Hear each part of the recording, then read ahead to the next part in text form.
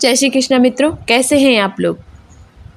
उम्मीद करती हूँ आप लोग अच्छे होंगे, अपने जीवन में आगे बढ़ रहे होंगे।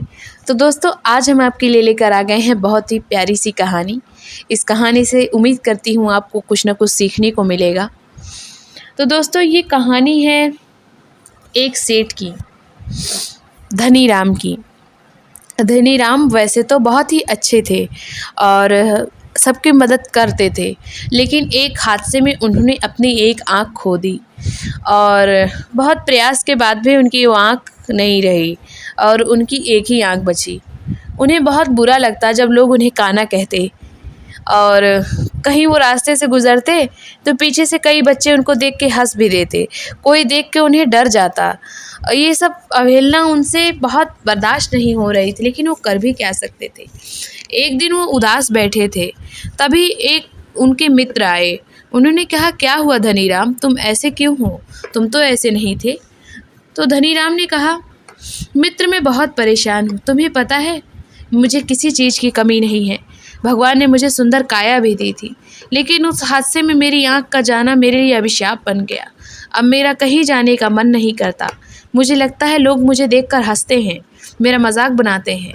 तो उसके मित्र ने कहा, क्यों ना तुम पत्थर की आँख लगवा लो, उससे तुम्हें लोगों को भी नहीं पता चलेगा और तुम्हें भी काना कोई नहीं कहेगा। धनी राम को ये सुझाव अच्छा लगा। उसने कहा, क्यों, ऐसा करने में बुराई ही क्या है। उसने वो डॉक्टर के पास गया और पत्थर की आँख लगवा लिया। इस तरीके से अब लोग उतना पहले जितना उसका मजाक नहीं बनाते थे। अनजान लोगों को तो पता भी नहीं चलता था कि ये एक आँख से देख नहीं सकते। लेकिन वो डॉक्टर ने एक बात कही, मतलब जिसने आँख लगाई थी,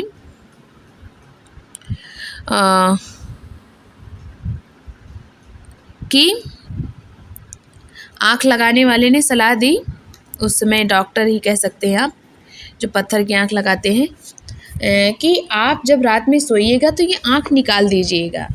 तो धनी राम ने कहा, ठीक है। इस तरीके से धनी राम अब दोनों आँखों से, एक आँख से तो देख सकता था, एक पत्थर की आँख हो गई।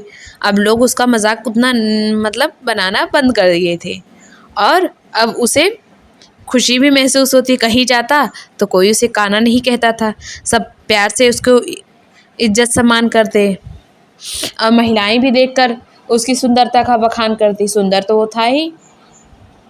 सेठ का एक नौकर था, रामू। रामू उसकी सेवा बहुत किया करता था और उसके खाने का, पीने का, हर चीज़ का ध्यान रखता। धनी राम भी रामू को मानता था।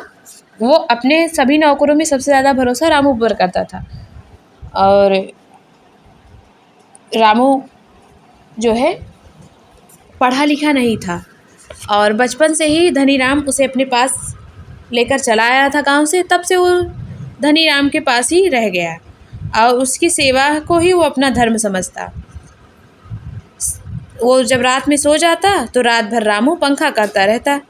उन दिनों में बिजलियाँ नहीं हुआ करती थी और होती भी थी तो किसी एक आध के पास। ज़्यादातर लोग तो पंखे से ही काम चलाते थे और बड़ा सा पंखा, वो रात भर उसकी रस्सी झुलाना पड़ता और धनी राम आराम से सोया करता।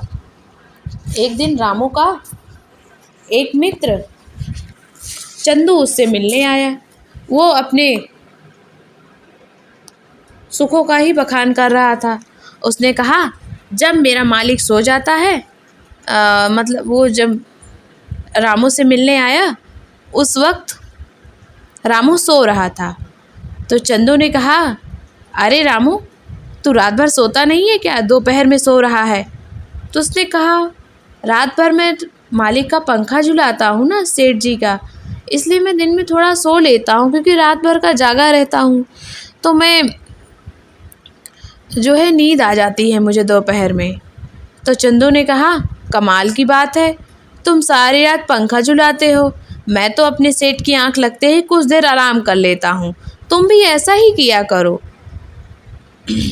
तो धनी राम के नौकर ने कहा, मतलब रामू ने, मैं ऐसा नहीं कर सकता मित्र, क्योंकि मेरा सेठ रात में सोने से पहले अपनी एक आँख निकाल कर मतलब टेबल पे रख देता है, मेज टीपाई पर रख देता है और वो आँख रात भर मुझे देखती रहती है। ऐसे में मैं कोई बेईमानी कैसे कर सकता हूँ बताओ। इस तरीके से हमें ये पता चलता है रामू बेईमान तो नहीं लेकिन मूर्ख ज़रूर था। पंखा झुलाना उसका काम था, वो चाहता तो रात में कुछ देर आराम कर लेता। वह नहीं जानता था तिपाई पर रखी आँख पत्थर की है, नकली है। इस तरीके से उसकी मूर्खता का प्रमाण मिलता है। और वो ये भी नहीं जान पाया कि तिपाई पर रखी आँख उसे कैसे देख सकती है। इससे रामू के मन में मालिक द्वारा कामचोरी से पकड़े जाने का भय भी परिलक्षित होता है, मतलब पता चलता है। तो दोस्तों, ये कहानी से ये शिक्षा मिलती है कि हमें ईमानदारी के साथ थोड़ा चालाक भी होना चाहिए, क्योंकि हर जगह ईमानदार होकर ही काम नहीं चलता है। ईमानदार रहिए, बहुत रहिए, लेकिन थोड़ा चालाक भी रहना है। कोई आपकी ईमानदारी और अच्छाई का फ़ायदा ना उठा ले। ईश्वर ने ज्ञान अर्जन के लिए हमें सामान्य बुद्धि दी है, समान पराक्रम दिया है। हमें ये कभी नहीं सोचना चाहिए कि भगवान ने किसी को ज़्यादा बुद्धि दी है, को हमें कम बुद्धि दी है। इस भ्रांति से हमें बाहर निकलना चाहिए। आपको पता है, हमारे जितने भी महर्षि और चरित्रवान व्यक्ति रहे हैं, वो कभी भी खाली नहीं रहते थे। उनकी महानता का चिन्ह ही व्यस्तता है। तो अपने आप को व्यस्त रखिए, अच्छे कामों में व्यस्त रखिए, बुरे लोगों की संगत छोड़िए और अच्छे कार्य करते हुए अपना जीवन बिताइए। अगर आपका धर्म पढ़ाई करना है तो आप पढ़ाई करिए। आपका धर्म है व्यापार करना, तो पूरी निष्ठा से जो काम करिए। और बुद्धि और ईमानदारी और परिश्रम तीनों का मेल हमें कहीं भी पहुंचा सकता है। हम अपनी मंजिल को ज़रूर पाएंगे। तो दोस्तों, ये कहानी आपको कैसी लगी हमें ज़रूर बताइएगा। मिलेंगे आपको एक नई कहानी के साथ। तब तक अपना ध्यान रखिए। ईश्वर की कृपा आप पर बनी रहे। जय माता दी, जय श्री कृष्णा, राधे राधे, सीताराम।